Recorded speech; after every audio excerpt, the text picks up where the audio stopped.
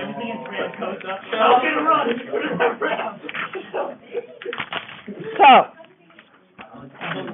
on Friday, listen please. On Friday, I introduced the concept of current is like water flowing through a hose, okay?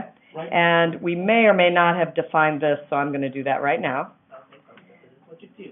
I stands for current, that's the symbol. Stop talking, please. Q stands for charge. We did that last unit.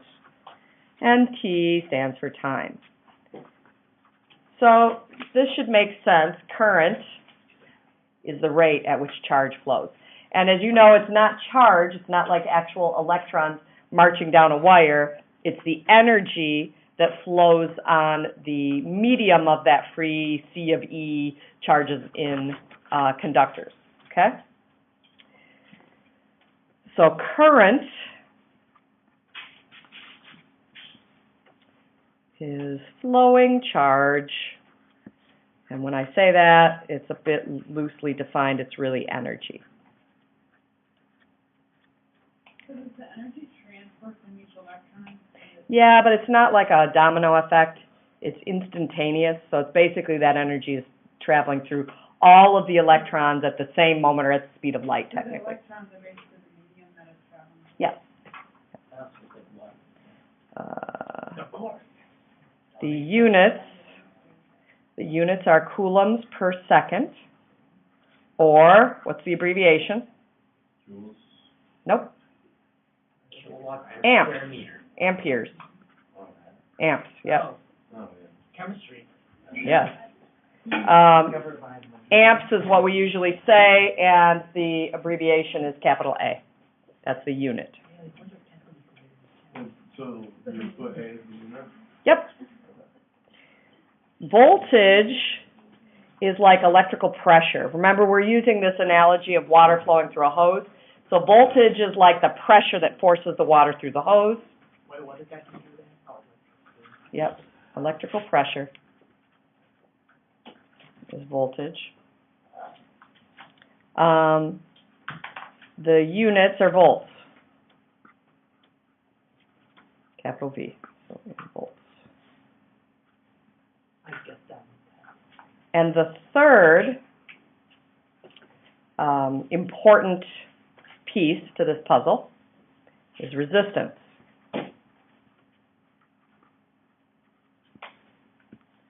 And resistance is the limit, the limitation of current. So there are high resistance materials and low resistance materials. Any material in which electrons freely move around are low resistance. So we're talking about conductors, that whole C of E thing. And the units are ohms. Mm-hmm. The symbol, the abbreviation, is that upside down horseshoe, and that's a I'm pretty sure I've seen it somewhere. omega. That's lowercase omega versus uppercase, which was the W that we used when we studied on the spinny things. sorority house. Sure.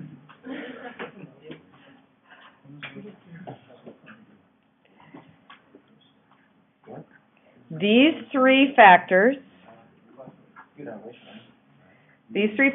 are combined in a very simple equation called Ohm's law, which says voltage This is a very funny name. is equal to current times resistance. So a volt is technically an amp ohm, amp times ohm. If you like boiled it down to the most basic units, it would all work out. What this means is that if the resistance remains constant and you hook up a bigger battery, so if you have more electric pressure, what's going to happen to the current? So R stays constant, V goes up. Wait, instead of putting R's, are you putting that like that curve thing? No, this is not the units, but this is like the symbol that represents it. Go ahead, Travis. So what's the R? Resistance.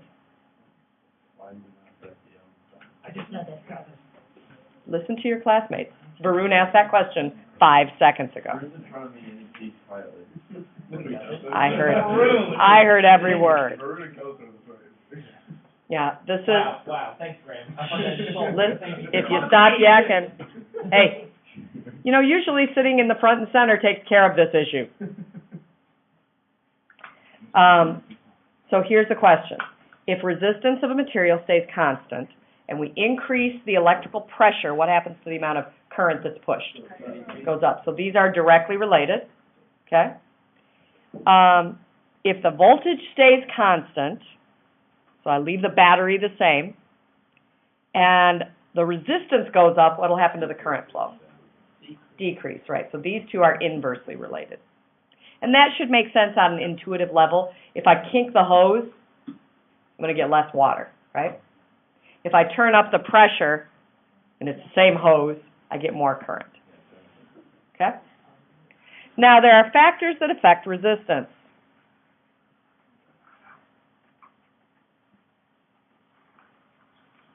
Which we're going to talk about.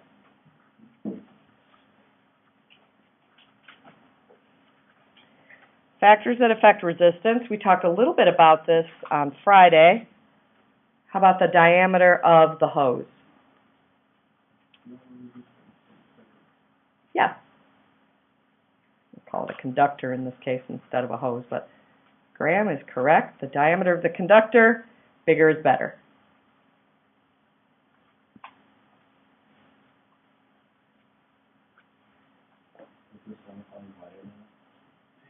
Yeah. Wait, so it's bigger than the resistance? Lower. Okay, yeah, that makes more sense. Another factor is temperature. Now, this one's a little counterintuitive. What happens to the kinetic energy of molecules as temperature goes up?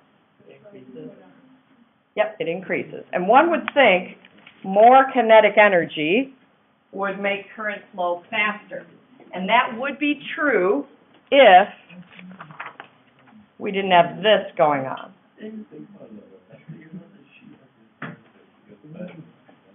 So, since electrons and conductors kind of bounce around randomly, if you heat this up, what's going to happen to this?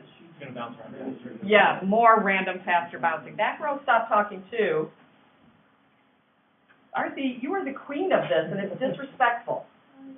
Yeah. She makes eye contact while talking up the side of her mouth to Sarah. It's talent. No, it's just disrespectful. Known Arthie since middle school. Stop it. All right. So, temperature increase, and that, by the way, is a disadvantage, because I have no problem yelling at Arthie, because I've known her since middle school. When temperature goes up,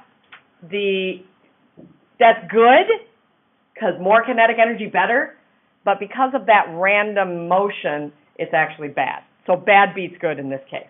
Got it? No. Bad beats good. So when temperature goes up, yep.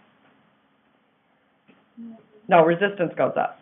Yeah, so when temperature increases, Wait, so, resistance increases. so in terms of increases, shouldn't the electrons go faster and, Yeah. like, even though it's little, but Should they go faster? it should be able to escape that. They become, that makes sense, but the randomness gets worse. Oh, yeah. Yeah. So not only do they move faster, but they also are more disorganized. Okay? So one of the things that we do to try to counter this is create superconductors. And what do superconductors have in common? There's no, like, impediment on. Yes. Well, you know that. And what special thing do you have to do to create superconductors? They get really cold. Liquid Yeah. nitrogen. Really cold. Yes. They're super cooled. There's a cool demonstration Oh, yeah, and it was like levitated. And Oh, yeah. That's so cool. I've seen that.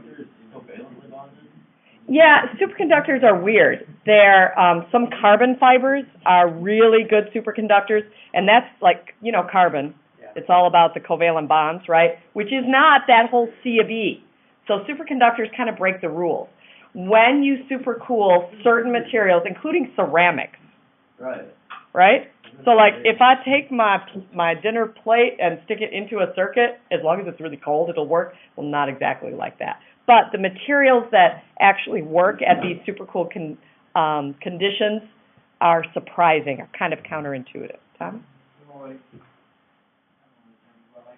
you. Sorry. Bless you. Compared to like winter, summer, something that's going through a while was faster than A little bit, probably not necessarily measurable, but yes, it does. And certain materials are more susceptible to those temperature changes as well. All right. The last factor, yes.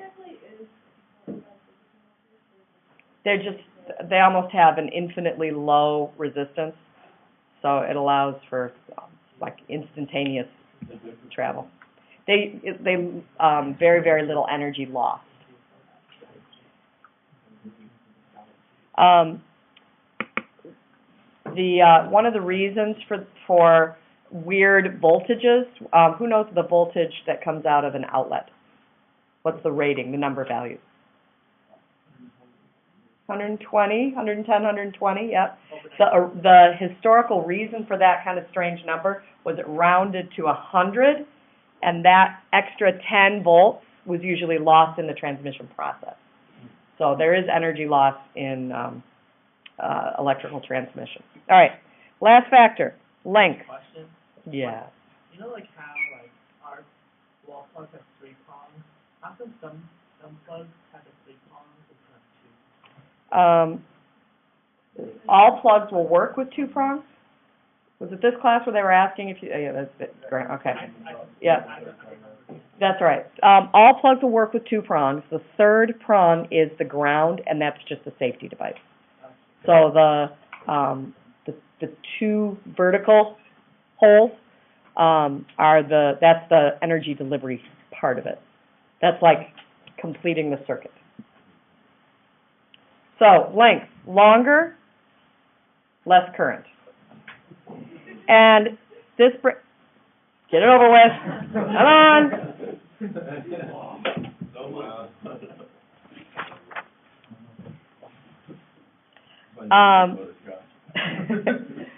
The longer a wire is, the less current that gets through. Now we're talking about miles. And that does become an issue if we're sending energy from like the Cook plant to Ohio, okay? And this brings